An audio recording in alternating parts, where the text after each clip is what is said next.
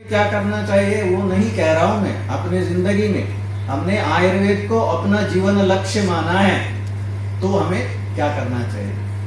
वाक् सौष्ठव निरंतर तदभ्यासेत सिद्धौत यतेत, निरंतरम यतेत, उसका अभ्यास करना चाहिए निरंतर। शीलनम सतत क्रिया, अभ्यास को कहा है, सतत क्रिया है, कंटिन्यूस करना चाहिए।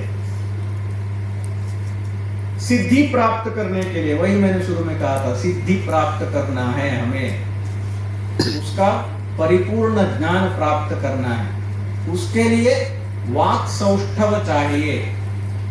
वाक् मतलब speech, clarity of speech is very much required. तो clarity of speech in specially Sanskrit, first and foremost Sanskrit language. उसके बाद अपना जो भाषा है, अपनी भाषा है, हिंदी भाषियों के लिए हिंदी और अन्य भाषियों के लिए अपनी मातृभाषा, ये सबसे जरूरी है। और अंतर्राष्ट्रीय भाषा के रूप में इंग्लिश, और मॉडर्न मेडिसिन को समझने के लिए भी इंग्लिश की बहुत जरूरी है। And we should be well versed in English also. कभी ये मत समझिए कि हमें इंग्लिश नहीं चाहिए, भारतीय भाषा में ही होगा, नहीं। वैसे ये भी नहीं सोचना कि इंग्लिश ही चाहिए, इंग्लिश में ही करना है हमें, ये भी नहीं। भारतीय भाषा में ही है सब, हमारे शास्त्र सब भारतीय भाषा में है, भारतीय भाषा को हमें समझना है। इसलिए तीन, कम से कम त्रिभाषा सूत्र भारत का जो है ये अनिवार्य है। त्रिभाषा सूत्र तो हमें जानना ही है, वैद्य को भी जानना है, क्योंकि अपनी मातृभाषा या उस जगह की भाषा इसलिए आवश्यक है क्योंकि हम रोगियों के साथ हमें संवाद करनी है, तो रोगियों की भाषा नहीं समझेंगे तो कैसे संवाद कर सकते हैं, ये भी अत्यंत आवश्यक है। तो वाक् सौष्ठव चाहिए। शास्त्र पढ़ने के लिए शास्त्र की भाषा में हमारे कमांड होना चाहिए। जब हम संस्कृत जानते हैं, संस्कृत का विभक्ति प्रत्यय अव्यय जो भी है, व्याकरण, इसको सब जानते हुए हम पढ़ते हैं तो समझ सकते हैं। श्लोक को पढ़ेंगे तो उसका अन्वय क्या है अपने मन में सहजतया आना चाहिए, तब हम श्लोक को श्लोक के रूप में ही समझ सकते हैं। उसको संधि विच्छेद करना, उसके बाद अन्वय करना, उसके बाद भावार्थ देखना, अन्वय अनुवाद देखना, ये सब कोई आवश्यकता नहीं है, मूलतः समझ सकते हैं। ऐसे क्षमता हमें पानी है, ये वाक् सौष्ठव पाने। अर्थ विज्ञानम, एक बार आपने ऐसे वाक् सौष्ठव प्राप्त किया तो अर्थ विज्ञान कठिन नहीं है। आप संस्कृत में एक शब्द का बहुत अर्थ होते हैं और एक अर्थ बोलने के लिए अथवा अर्थ बताने के लिए बहुत सारे शब्द होते हैं। ये समझने की जरूरत है, और उसके साथ साथ भावार्थ, विवक्षितार्थ और सांदर्भिक अर्थ, उस संदर्भ के अनुसार गंभीर अर्थ क्या है, ये अलग अलग अर्थ समझना।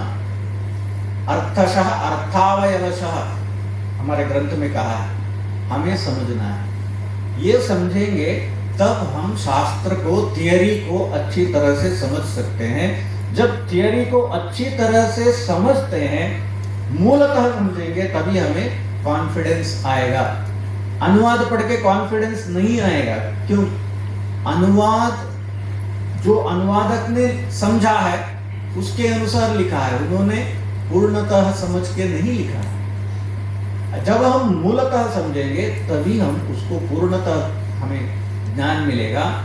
अनुवाद चांद्र ज्ञान है और मूल सूर्यतः जो प्रकाश मिलता है, चंद्र सूर्य प्रकाश है, तो हमें सूर्य प्रकाश की ओर जाना है। इसलिए मूलतः पढ़ना है, अर्थ को अच्छी तरह से समझना है, ये अर्थ विज्ञान। जब हम वाक् सौष्ठवता और अर्थ ज्ञान प्राप्त करेंगे तभी कॉन्फिडेंस आएगा, तब हम शास्त्र में पारंगत बन सकते हैं। शास्त्र पारंगति हमारा लक्ष्य है, शास्त्र में पारंगत बनना है। केवल शास्त्र पारंगति ही पर्याप्त है क्या? नहीं। सुश्रुत कहते हैं, यस्तु केवल शास्त्रज्ञः कर्म स्वपरिनिष्ठितः समुख्य त्यातुरम प्राप्य प्राप्य धीरुरिवाहवम्। अर्थात केवल शास्त्र पढ़ने से आयुर्वेद नहीं सीख सकते आप। आपको क्लिनिकल नॉलेज नहीं है, कर्म ज्ञान, कर्माभ्यास नहीं है, तो शास्त्र ज्ञान निरर्थक है। जैसे एक भीरू कवड़ युद्ध के लिए जाता है तो वो विरोधी सैनिक को देख के भयभीत होकर भागेगा वहां से। उसी तरह एक वैद्य शास्त्र ज्ञान नहीं है, केवल प्रैक्टिकल थोड़ा बहुत सीख लिया, वो जाके अपने क्लिनिक में बैठेगा तो जब रोगी आता है तो भयभीत होकर, रोग का जो गंभीरता देखकर भयभीत होकर वो वहां से भाग सकता है। तो कर्माभ्यास चाहिए, कर्म में अभ्यास केवल नहीं, कर्म नैपुण्य चाहिए, स्किल इज वेरी इंपॉर्टेंट। आजकल स्किल डेवलपमेंट को बहुत महत्व दिया जा रहा है। आप हमारे करिकुलम में भी आपने देखा होगा 1:2 it is, theory 1 and practical 2 hours. ये बहुत आवश्यक है, स्किल डेवलपमेंट लर्निंग बहुत आवश्यक है। हर एक सब्जेक्ट में स्किल डेवलपमेंट चाहिए। हॉस्पिटल में पेशेंट देखना, पेशेंट को ट्रीट होते हुए, क्यूर होते हुए देखने से कॉन्फिडेंस मिलता है। निरंतर आप स्वयं करेंगे तो स्वयं अभ्यास भी होता है। उसके बाद जब आप क्लिनिक में बैठेंगे आपको पूर्ण आत्मविश्वास आता है और पूर्णतः आप सक्सेस पा सकते हैं। ये कर्म नैपुण्य भी पाना चाहिए। ये पाने के लिए वाक्सौष्ठव, अर्थ विज्ञान, प्रागल्भ्य और कर्म नैपुण्य, ये चारों पाने के लिए निरंतर प्रयास करते रहेंगे तो हम अपने शास्त्र में सिद्धि प्राप्त करेंगे। तो विशेषतः 2, जैसे आयुर्वेद का 2 लक्ष्य बताया है, स्वस्थस्य स्वास्थ्य रक्षणम, आतुरस्य विकार प्रशमनम। एक स्वस्थ व्यक्ति का स्वास्थ्य का संरक्षण और एक रोगी का रोग निवारण, ये आयुर्वेद का 2 लक्ष्य है।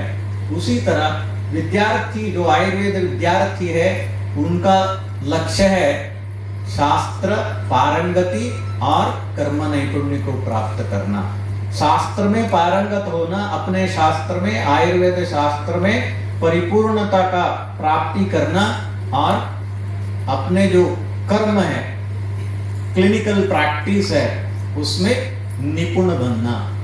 ये 2 लक्ष्य लेते हुए अगर आप प्रारंभ करेंगे आयुर्वेद की शिक्षा तो आप अवश्य उसमें परिपूर्ण समर्पण भाव से अगर आप लगेंगे तो सफलता सिद्धि निश्चित है। मैं समझता हूँ हम सब इस भाव से, इस संकल्प के साथ आयुर्वेद का प्रारंभ करेंगे और सबके लिए मेरे ओर से शुभकामनाएं और भगवान आप सबके लिए इसके लिए क्षमता दें और भगवान श्री कृष्ण सबको आशीर्वाद करें। धन्यवाद।